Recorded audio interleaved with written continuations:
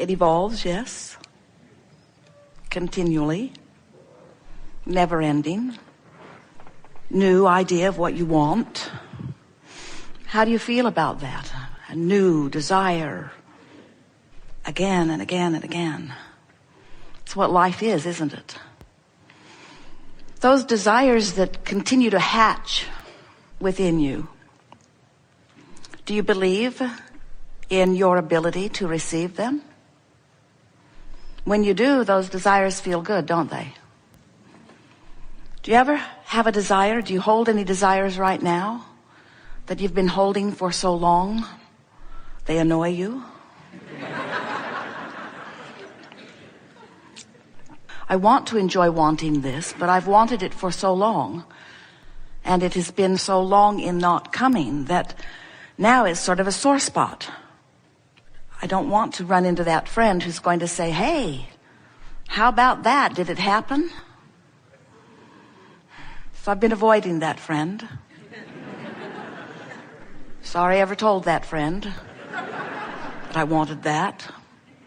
Because that friend seems like an ever-present presence to remind me that I'm failing at this most important thing that I want. We're poking around at this with a stick to make it a little sore for you, because we want you by the end of this day to come round to feeling exhilaration about each and every so far yet unfulfilled, not yet manifested desire that you hold. We want you to feel good about those things you desire that have not come into your physical manifested experience. Because by the end of this gathering, we want you to understand why they have not come. And more important, we want you to know where to focus in order to allow them to come. But all of this is not for the purpose of helping you to manifest desires that are currently stubborn and slow in coming. The whole point of all of it is so that you can ease up on that tension that you feel in what isn't yet here. Because if you can figure out how to give yourself a break, how to ease up on the tension you feel for unfulfilled desires, if you can feel easier about things that you want that haven't come, or about things that are currently in your experience that you want not, that you can't figure out how to get rid of, if you can come to this place where you feel ease, even though the manifestation has not yet caught up with the desire, then we will have done the work that we came here to do. Because we know that when you find a way of coming into alignment, which means letting go of tension, coming into alignment, which means lining up with ease, coming into alignment, which means letting go of regret, coming into alignment, which means finding self-love. When you find a way of letting go of grudges and find a way to come into alignment with the lover that you are, when you are able to come into alignment with the whole that is you, then your world will feel good right now. And after all, that's why you want everything you want, isn't it? Isn't every single thing you want, whether it's a material object or a state of being or a pile of money or a relationship or a circumstance or an event, isn't every single thing you want because you believe in the having of it, you will feel better? And we just want to help you get it turned around in your own mind so that you can feel it in your own being. We just want you to remember that if you can get yourself to find a way of feeling good, regardless of what's going on. And by that, we don't mean look at awful things and feel good about them. We say find a way of feeling good no matter what's going on, which is really about focusing. It's about focusing as best you can toward what feels as good as you can find it. If you can do that, then you can train, and we mean that in every literal sense, you can train your own vibrational patterns into harmony with who you really are and what you really want. And that's what causes a releasing of tension, because that's what causes a releasing of resistance. It's resistance to who you are, meaning resistance to who you are with all of the things that you've been asking for. It's resistance to who you have become that equals negative emotion. So your negative emotion is not your enemy. Negative emotion is your very best friend, because your negative emotion is pointing right at your self-inflicted, and it is every time, self-inflicted resistance, which is the only thing that is holding you apart from who you really are and all of the things that you want. It will feel so good to you to rediscover your own personal empowerment. We see so many of you standing in a place that you don't want to be, with all kinds of uncontrollable circumstances surrounding you. You can't control your economy. You can't control your government. You can't control what's going on with terrorism and violence around. You can't control your own children. You can't control what's going on in your experience. And yet you keep feeling like if you could just control that, and if you could just control that, if you could just find the power to control those circumstances, then you would feel better. And we want today to show you the difference between what you think of as control or power and what we know is ultimate control and empowerment. In other words, when you are wanting to control someone, think about something all out of whack and you are feeling bad as you are observing it. Whether it's about your world economy, whether it's about your own personal experience, something that you cannot control. There are too many moving parts, and as you attempt to control it, you can't.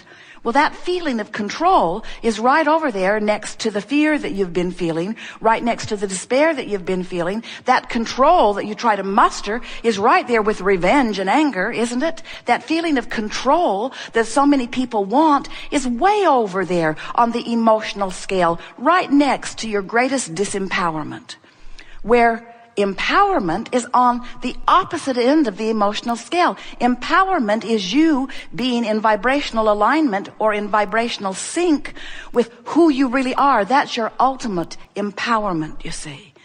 And yet there are so many people who are really against the idea of seeking any sort of control, because in seeking control there is a sort of not letting go. And we want you to understand that we agree. You cannot let go and allow who you really are when you are seeking power or when you are seeking control. But if you can find today, and we will lay it out for you in such obvious way, if you can find today the difference between control, which is an outside the vortex attempt at moving circumstances and events in order to get things in a place that they feel better, and true empowerment, which is getting into the vortex and therefore in alignment with who you really are, you will discover some keys that will feel like magic to you. Subtle differences in terminology, huge differences in vibration. And when you discover alignment with this energy that creates worlds, you will find true empowerment. You will find the empowerment that you came forth to express through your creative lens. This is the thing that we really, really, really, really want you to hear. You cannot train yourself into the vortex from anywhere outside the vortex. In other words, if we were to give you processes all day to try to help you to get into the vortex, it would be less effective than if life just takes you in. Jerry and Esther were driving across from Texas the last couple of days. Coming across New Mexico, there is this most beautiful place. It is called the Texas Canyon. It's in New Mexico. And it's not a canyon. But just the same, it is the most beautiful, beautiful, beautiful, beautiful place. And as they drove and saw and breathed and felt, they could not remain outside the vortex. The condition of their moment took them in as they beheld the beauty and the well-being of their planet. Right in the vortex. Now, we don't want you running around looking for things that drag you in. There are plenty of them. But when you find yourself in there, milk it. Practice the vibration of it. Talk about how it feels. Remind yourself this is who you are. Remind yourself that this is the way you're supposed to feel. Remind yourself of the beauty of your planet. Remind yourself of the stability of your planet. Pick up a deck of well-being cards or beautiful pictures of something. In other words, that's the time to stay in the vortex. Practice the inside the vortex vibration. That will serve you far better than anything from outside the vortex you try to do to get in. And there are so many things that life shows you in every day that take you into the vortex. So when you find yourself in there, or when you even think you're in there and aren't sure, milk it. Milk it. Every time you have a moment and you are aware that you just felt a little relief and you're just feeling a little extra lift or high, a little better feeling, stop in that moment and acknowledge, what is it about this that feels so good? Jerry and Esther will sit in a restaurant that feels particularly good and they will play the game. Why do we like being here right now so much? What is it about this place that feels so good? Is it the lighting? Is it the food? Is it the fragrance in the air? Was it our server? Is it being with each other? No, it can't be that. We're always with each other. Must be something else. What is it? What is it? What is it that feels so good about this moment? What is it? And as they reach for it and identify more and more, what they do, they practice the vibration of being in the vortex longer. And this is the thing that we want you to understand. The more you practice it, the easier it is to be there. Don't you know people who are so optimistic that when you try to give them bad news, it just bounces off of them? Children are that way. A little girl in a restaurant, Jerry and Esther were sitting next to them, and the little girl was so taken by Esther. She could hear Esther's voice, so she was standing up in her booth, looking over her booth into the booth where Jerry and Esther were, and all she wanted to do was to see Esther. And Esther began winking at her and doing silly things with her silverware. She was eating with her spoon upside down and putting her napkin over her head. In other words, Esther was not helping the cause at all. Esther was attracting this little girl. And then Esther heard her father scolding her. And her father said, "Turn around and sit down now." And the little girl said, "No."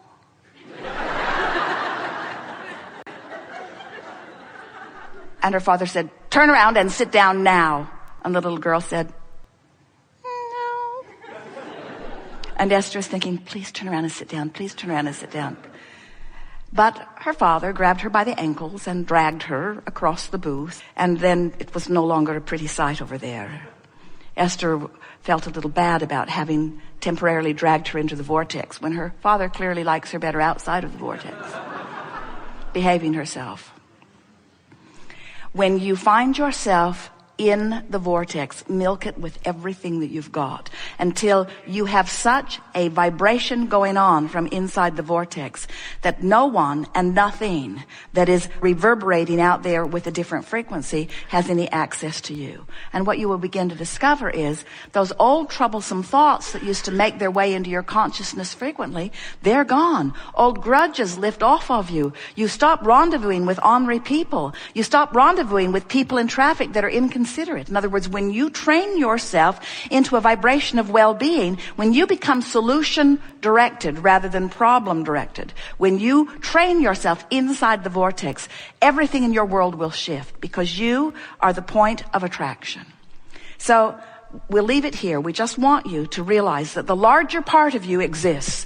And the larger part of you, we have not said this before, but we want you to hear it now. If we were standing in your physical shoes, the soul energy, source energy, larger part of us would be our point of attraction. In other words, we would do anything and everything that we could do to deactivate any vibration that would hold us apart from our prosperity, from our well-being, from our clarity, from who we really are, from our love, from our efficiency, from our effectiveness, from our love of life, from our zest for living. We're eager to talk with you about anything. Nothing is off limits. Just be prepared. We're going to drag you in the vortex. You do have some things you want to talk about. It's going to be a wonderful day.